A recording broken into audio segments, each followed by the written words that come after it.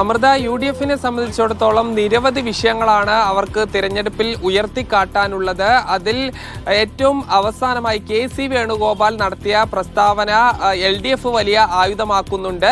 അതിനെ പ്രതിരോധിക്കാൻ തന്നെയാണ് ഈ കോൺഗ്രസിന്റെയും UDF-ന്റെയും തീരുമാനം. ഇതിന് അതേ നാണയത്തിൽ മറുപടി കൊടുക്കുകയാണ്. ഇതിൽ ഏറ്റവും പ്രധാനപ്പെട്ടത് KC വേണുഗോപാൽ പറഞ്ഞത് ഈ ക്ഷേമ പെൻഷൻ കുടിശ്ശികയാക്കി വെക്കുകയും അത് തെരഞ്ഞെടുപ്പ് ലക്ഷ്യം വെച്ച് വിതരണം ചെയ്യുന്നു എന്നാണ് ഇന്ന് ഷാഫി പറമ്പിലും വിഷ്ണുനാഥ് അടക്കമുള്ള ആളുകൾ വിശദീകരിച്ചത്. എന്ന് മാത്രമല്ല, 18 മാസം UDF-ന്റെ കാലത്ത് ക്ഷേമ പെൻഷൻ കുടിശ്ശികയായിരുന്നു എന്നുള്ളത് വ്യാജ പ്രചരണമാണ്.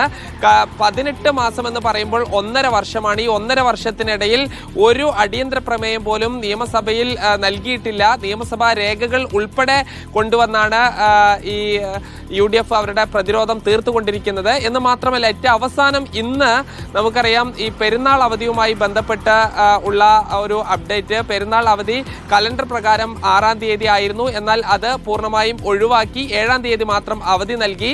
ഇതോടുകൂടി വിദ്യാലയങ്ങൾക്ക് അവധി ഇല്ലാത്ത ഒരു സാഹചര്യം ഉണ്ടായി. ഇത് കൃത്യമായി തന്നെ ഈ തെരഞ്ഞെടുപ്പിന്റെ ഭാഗമായി കൂടി പ്രചരണ ആയുധമാക്കിയിരിക്കുകയാണ്. ഇന്ന് കോൺഗ്രസിന്റെ പ്രധാനപ്പെട്ട നേതാക്കളെല്ലാം തന്നെ, മുസ്ലിം ലീഗിന്റെ പ്രധാനപ്പെട്ട നേതാക്കളെല്ലാം തന്നെ ഈ വിഷയം ഉന്നയിച്ചു. ഇതും തെരഞ്ഞെടുപ്പിൽ ചർച്ചയാകണം എന്നുള്ളത് തന്നെയാണ് UDF ആഗ്രഹിക്കുന്നത്. അതോടൊപ്പം തന്നെ +1 സീറ്റ് പ്രതിസന്ധി അത് വിദ്യാർത്ഥി സംഘടനകളും വരും ദിവസങ്ങളിൽ ശക്തമായി ഉന്നയിക്കാൻ തന്നെയാണ് തീരുമാനിച്ചിട്ടുള്ളത്. MSF-ഉം KSU-ം ഉൾപ്പെടെയുള്ള സംഘടനകൾ ഇത് ഉയർത്തിക്കാട്ടും. മറ്റൊന്ന് മലപ്പുറം പരാമർശമാണ്. മുഖ്യമന്ത്രിയും വിജയരാഘവനും നേരത്തെ മലപ്പുറത്തിനെതിരെ നടത്തിയ പരാമർശങ്ങൾ അത് വീണ്ടും വോട്ടർമാരെ ഓർമ്മിപ്പിച്ചുകൊണ്ടാണ് ഈ ആര്യാടൻ ഷൗക്കത്തിന്റെ പ്രചരണം മുന്നോട്ട് പോകുന്നത്. ഇന്ന് എടക്കര, കരളായി പഞ്ചായത്തുകളാണ് പ്രചരണം ഉണ്ടായിരുന്നത്. ഇനി പെരുന്നാളായതുകൊണ്ട് അടുത്ത 2 ദിവസം UDF ക്യാമ്പിൽ വലിയ പരിപാടികൾ ആസൂത്രണം ചെയ്തിട്ടില്ല. പെരുന്നാൾ കഴിയുന്നതോടുകൂടി അവസാന ലാപ്പിലേക്ക് കടക്കുകയാണ്. കൂടുതൽ നേതാക്കൾ എത്തും. ഇപ്പോൾ തന്നെ പ്രതിപക്ഷ നേതാവും KPCC പ്രസിഡന്റും